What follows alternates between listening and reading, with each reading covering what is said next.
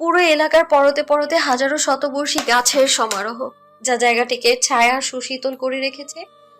সবুজ গাছগাছালি আর পাহাড়ে ঘেরা এই মনোরম পরিবেশটা যে কারোই মন কাড়তে বাধ্য। চারিদিকেই দর্শনার্থী, জোয়ান বৃদ্ধ, কপোত কপোতের মিলন মেলায় এক মুখর পরিবেশ সৃষ্টি হয়েছে। মাঝখানের মাঠে আবার খুদে খুদে ক্রিকেটাররাও দেখা যাচ্ছে, আর অন্যান্য ছোট ছোট ছেলেমেয়েরাও খেলছে এই মাঠে। চিত্ত বিনোদনের পাশাপাশি নির্মল বায়ু, খোলা মাঠ, ওয়াকওয়ে আর সবুজ পাহাড়ের জন্য এটা একমাত্র শ্বাসক্রিয়া গ্রহণের জায়গা বলে মনে হলো আমার। সব মিলিয়ে এই পরিবেশটা যে কারো মন ভালো করে দিতে বাধ্য।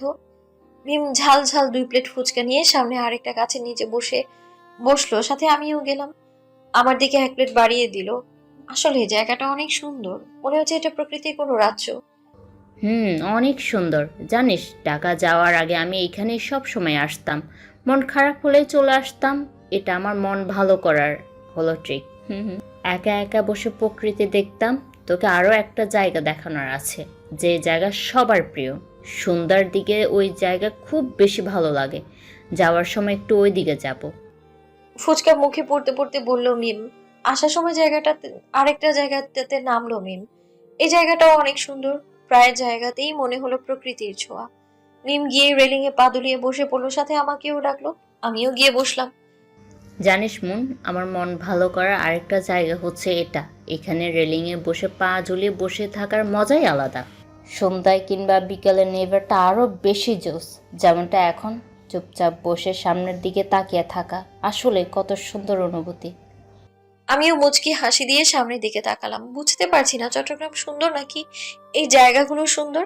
রাতে ফ্রেশ হয়ে খাবার সেরে দুজনেই বিছানায় শুলাম। তো বল, কেমন কাটলো আমাদের চট্টগ্রামের প্রথম দিন? অনেক ভালো। মনে হলো অনেকদিন পর শান্তি ঘুমাবো। এভাবেই কেটে গেল 3 দিন। এই 3টা দিন আমার জীবনের সেরা 3 দিন মনে হলো আমার কাছে। চট্টগ্রামে আসার পর মনে হচ্ছে আমার মতো সুখী আর কেউ নেই। 2 দিন পর নতুন ভার্সিটিতে যাব, আঙ্কেল সব ব্যবস্থা করে ফেলেছেন, এখন শুধু যাওয়ার পালা। মন কি পারবে তার জীবনের সব ভুল ভুলের সামনে এগিয়ে যেতে? আর আদ্রাফি বা অফিসে এসে মনকে না দেখলে কেমন করবে? খুঁজে কি বের করতে পারবে? এই ঢাকা থেকে চট্টগ্রামে এত দূর পথ পাড়ি দিয়ে কি জানতে পারবে? কেটে গেল পাঁচটা দিন। একদিকে মনের মনে হলো তার জীবনের সবচেয়ে খুশির দিনের দেখা পেয়েছে সে, অন্যদিকে আদ্রাফের আজ খুশির দিন। এতদিন অনেক কষ্ট করে নিজেকে ওখানে মানিয়েছিল সে। এই 5 দিন ওর মনে হয়েছিল কয়েকশো দিনের মতো। এতদিন কেউ একজনের শূন্যতা অনুভব করছিল। আজ মনে হলো অনেক দিনের অপেক্ষার অবসান। অফিসে ঢুকেই ম্যানেজার থেকে আগে অফিসের সব খবরাখবর নিল, তারপরে নিজের ক্যাবিনের দিকে হাঁটা ধরলো। ওর ক্যাবিন মনের কাজের জায়গাটা পার করেই যেতে হতো। ক্যাবিনে ঢোকার সময় একবার ওই জায়গায় চোখ পড়লো, কিন্তু জায়গাটা খালি। হয়তো মন এখনো আসেনি, কিন্তু মন তো এই 1 মাস 1 দিনও দেরি করে আসেনি। যাক, হয়তো বা কোনো কারণে দেরি হচ্ছে, আসবে। তবুও কিছু একটা শূন্যতা অনুভব হচ্ছে আদ্রাফের। এসব ভাবতে ভাবতেই চেয়ারে গা এলিয়ে দিল আদ্রাফ। কাল রাতেই ডিল কনফার্ম করে রওনা দিয়েছিল ঢাকার উদ্দেশ্যে। মাঝরাতেই পৌঁছেছিল। অন্য সময় হলেও কোনো দিনও এই দিনে অফিসে আসতো না ও, কিন্তু আজ এসেছে কোনো একটা বিশেষ কারণে, যেটা না করলে ওর মন শান্তি হবে না। ভীষণ টায়ার্ড লাগছে ওর। স্যার আসতে পারি? আঙ্কেল, আপনাকে কয়বার বলবো আমাকে স্যার না ডাকার জন্য? আমি আপনার ছেলের মতো। চোখ মুখ কুঁচকিয়ে বলে উঠল আদ্রাফ। আচ্ছা বাবা, আসলে আমি একটা কথা বলার জন্য এসেছি। জি বলুন আঙ্কেল। আসলে আঙ্কেল, ভয় পাওয়ার কি আছে? অফিসে কোনো কিছু ভুল হয়েছে? আপনাকে আমি আমার বাবার মতোই দেখি। কোনোদিন কোনো ভুল নিয়ে আপনার উপর আওয়াজ করে কথা বলেছে? আপনি নিশ্চিন্তে থাকুন, বলে ফেলুন। কোনো ভুল হলে আমি সমাধানের ব্যবস্থা করছি। আসলে তা না, তো এটা মুনের রেজিগনেশন লেটার। ও আপনি বাইরে যাওয়ার দিনই চাকরি ছেড়ে দিয়েছে। হোয়াট? আপনি আমাকে আগে বলবেন না? আজ 5 দিন হয়ে গেল। আদ্রাফ চেয়ার ছেড়ে উঠে জোরে চিল্লিয়ে বলল, আসলে ও আমাকে মেয়ের মতো করে অনুরোধ করে বলেছিল, আপনি না আসা পর্যন্ত বলতে বারণ করেছিল, তাই বলতে চেয়েও পারিনি। আদ্রাফ জোরে কিছু বলতে চেয়েও বলতে পারল না। ওর মাথা কাজ করা বন্ধ করে দিয়েছে। কি করবে ভেবে পাচ্ছে না। কোথাও যেন ও শূন্যতা অনুভব করছে। চোখগুলো 2 মিনিটে লাল বর্ণ ধারণ করেছে। মাথা ব্যথা করছে ভীষণ। এই ট্রমা থেকে ওকে একমাত্র শুভ্রই বের করতে পারবে। আদ্রাফ মোবাইল নিয়ে শুভ্রকে কল করলো। শুভ্র, শুভ্র, কই তুই? দ্রুত আমার অফিসে আয়। কাপা কাপা কণ্ঠে বলে উঠল আদ্রাফ। আঙ্কেল, মনে ডিটেলসটা আনুন। ম্যানেজার হ্যাঁ বোধক মাথা নাড়িয়ে বের হয়ে গেল। ওর এখন নিজেরই খারাপ লাগছে। মুনের কথা মেয়ের মতো করে ভাবতে গিয়ে আদ্রাফকে আর বলা হয়নি। ওই দিনই বলা উচিত ছিল, কিন্তু আদ্রাফ কেন মুনের মতো একজন সাধারণ মেয়ে কাজ ছাড়াতে এত রিয়াক্ট করছে? তার মানে কি মুনের কাছে ওই দিনের প্রস্তাব দেওয়ার আগে আদ্রাফের কোনো সংযোগ ছিল? আদ্রাফ তো মেয়ে জাতিকে ঘৃণা করে, তবে বাচ্চাকে নয়। তার মানে কি ওর জীবনের কালো অতীতটার জন্যই মনের কাছে যেতে শর্ত জুড়িয়ে দিয়েছিল? ম্যানেজারের কাছে এখন সব পরিষ্কার। ওর এখন আদ্রাফের জন্য ভীষণ মায়া হচ্ছে। তার এখন দ্রুত শুভ্রকে সব বলতে হবে, আর মনের ডিটেলসটাও দিতে হবে আদ্রাফকে। এই মুহূর্তে এসব থেকে একমাত্র শুভ্রই পারবে আদ্রাফকে বাঁচাতে। শুভ্রই ওর একমাত্র ছোটবেলা থেকেই কাছের বন্ধু। দিগন্ত নীল আকাশে মাঝে মাঝে শুভ্রর ছোঁয়া। আকাশ জুড়ে বিচরণ করছে নাম না জানা অসংখ্য পাখি। পাখিদের এই একটা দিক অনেক বেশি ভালো লাগে। ওরা যেখানেই যাক না কেন ঝাঁক ধরেই যাবে। ওদের মতো পিঁপড়াকেও ভালো লাগে মনের। তারাও সব সময় সারি ধরে যায়। তখন মনে হয় সবচেয়ে সুন্দর দৃশ্য এটাই। ক্লাসে বসে জানালা দিয়ে আকাশের সৌন্দর্যে বিমোহিত হচ্ছিল মন। মিমাজ আসেনি। সকাল হতেই নাকি তার মাথা ব্যথা। মেয়েটার মাথা ব্যথা হওয়ার আর সময় পেল না। আজ নিয়ে 3য় দিন কলেজের। আঙ্কেল অফিসে যাওয়ার সময় নামিয়ে দিয়ে গেল। উনি আবার বিনা কারণে কলেজ মিস দেওয়া পছন্দ করেন না। তাই তো চলে আসতে হলো একা একা কলেজে। কলেজে এখনো তেমন কারোর সাথে দেখা হয়নি, তাই তো বিরক্ত লাগছে ক্লাসটা। নীল শুভ্র গগনে পাখিদের আনাগোনা দৃশ্য বিচ্ছিন্ন করে মন সামনে দাঁড়িয়ে থাকা ছেলেটির দিকে তাকায়। কিন্তু তাকদিরে খারাপ, একই ক্লাসে হয়েও সে এখনো কোনো ছেলেকেই চেনে না। যেখানে ক্লাসের অন্যান্যদের ছেলেদের সাথে বন্ধুত্ব হয়েছে, পরিচয় হয়েছে, কেউ কেউ তো আবার এক ধাপ এগিয়ে, মানে রিলেশনে। মন মৃদু হেসে বলে, জি, পরিচয় হতে পারে? শিওর। ক্লাসে অনেক হট্টগোল, চলো বারান্দা যাই।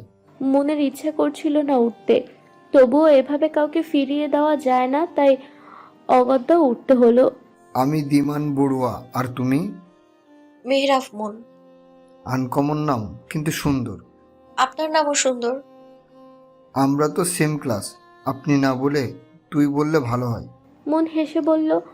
বাবারে, এক লাফে তুই! ওর হাসির সাথে দিমানও একসাথে হেসে উঠল। এভাবেই কথা চলতে থাকলো। ছেলেটার কথার ধরনে মনে হচ্ছে অনেক ফ্রি মাইন্ডের, মিশুকও বটে। যাক, মন আজকে ক্লাসের জন্য একজন বন্ধু পেল। এখন আর একা ক্লাস করতে হবে না।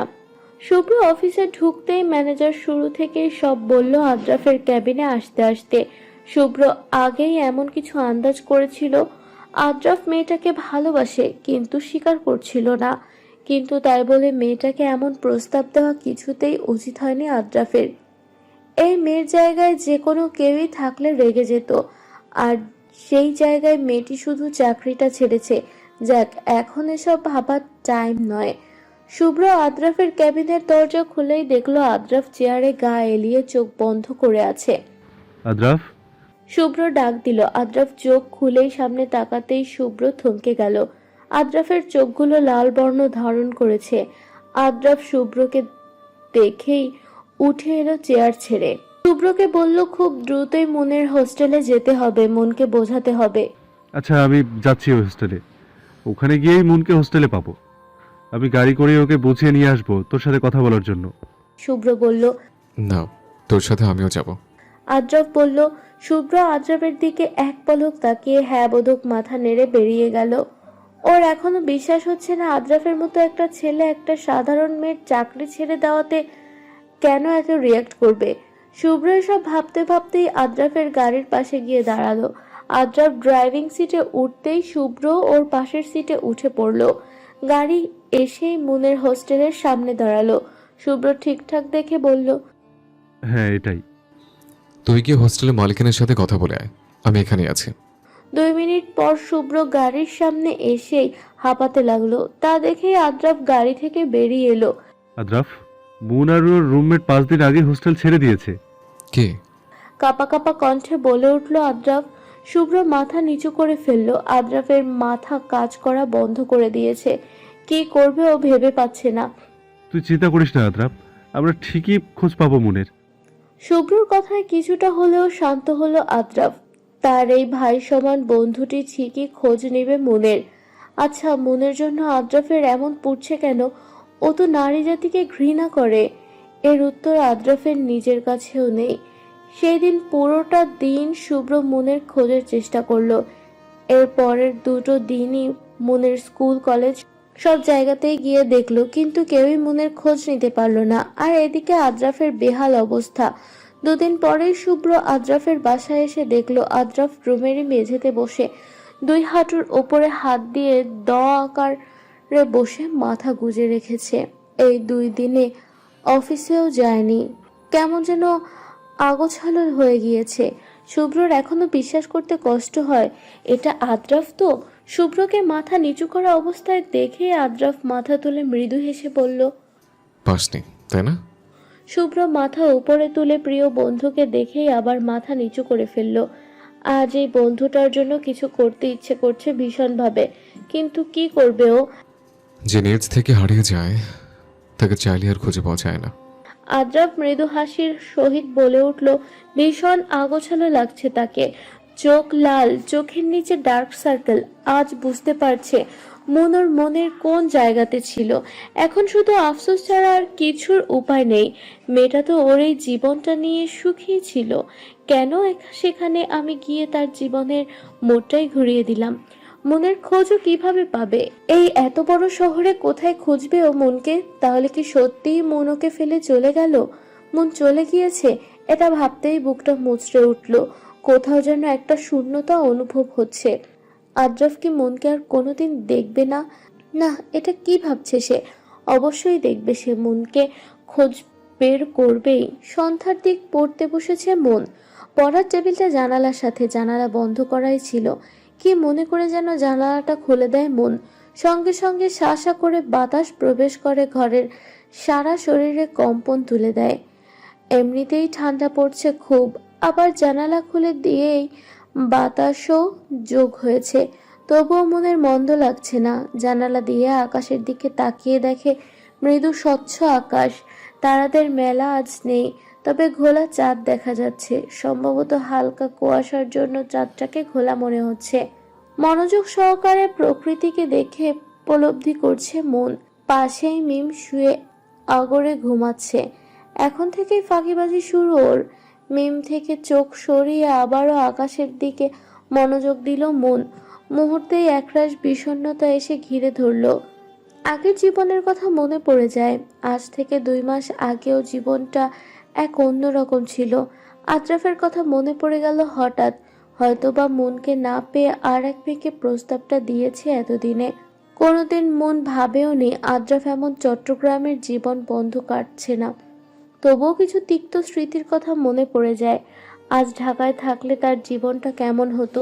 আচ্ছা, আদ্রাফ এমন প্রস্তাব কেন দিয়েছিল? ও তো চাইলে সেরোগেশন ছাড়াও জোর করেই করতে পারত। আর তার যে কোনো মেয়েই এই প্রস্তাবটার জন্য মনকেই বা কেন পছন্দ করলো? আদ্রাফ কি কোনোভাবেই মেয়েদের সংস্পর্শে আসতে চায় না? আর ম্যানেজার থেকেই শুনেছি ওর জীবনে কোনো একটা বিষাক্ত অতীত ছিল। তার মানে কি ওই অতীতটা নারী জাতি নিয়েই ছিল? তার কাছে এখন পানির মতোই সব পরিষ্কার, শুধু অতীতটাই অজানা। তবুও কোনো মেয়েকে এমন একটা প্রস্তাব দেওয়া মোটেও সম্মানজনক নয়। তাও যদি মনের মতো এতিম মেয়েকে। ও কি জানতো না মনের এই ঢাকা শহরে চলার মতো কিছুই ছিল না? আচ্ছা, আমি কেন ওনার কথা এত ভাবছি? হয়তো মনের ভেতরেই কোনো কিছু লুকিয়ে ছিল, যেটা প্রকাশ পাওয়ার আগেই সবকিছু ওলটপালট করে দিয়েছে ওই মানুষটা। না না, এটা আমি কি ভাবছি? ওই মানুষটার জন্য আমার মনে কিছুই ছিল না। ওনাকে আমি শুধুই ঘৃণা করি। তবু একটু উপদেশ তো দেয়াই যায় মানুষটাকে। হয়তোবা মানবে না, তবু বলতে তো দ্বিধা নেই। যাতে করে অন্য কোনো মেয়েকে যেন আর এমন প্রস্তাব না দেয়। আমি কালই একটা চিঠি পাঠাবো। আপন মনে বিড়বিড় করে উঠল মুন, কিন্তু মুন তো এটা জানে না তার অনুপস্থিতিতে আদ্রাফ অন্য কোনো মেয়েকে নয়, বরং মুনকে নিয়েই ভাবতে ভাবতে তিলে তিলে শেষ হয়ে যাচ্ছে। কি রে, কি ভাবিস এত? সেই কখন থেকে নিচ থেকে ডাকছি রাতের খাবার খাওয়ার জন্য, তোদের দুজনের কোনো সাড়া নেই, তাই তো রুমে আসলাম। আর এই মেয়েটাও না সেরা ফাঁকিবাজ, পড়ার সময় ওর যত ঘুম সব আসবে। আর জ্বালানা খুলেছিস যে, ঠান্ডা ধরবে, বন্ধ করে ফেল। মিমকে ডেকে নিয়ে নিচে আয়, তোর আঙ্কেল তোদের সাথে খাবে বলে সেই কখন থেকে বসে আছে। আন্টি রুমে ঢুকতে ঢুকতেই বলে উঠলো, আমি মিমকে নিয়ে আসি, তুমি যাও। আমি বললাম, দ্রুত আয়। বলেই আন্টি বেরিয়ে গেলেন।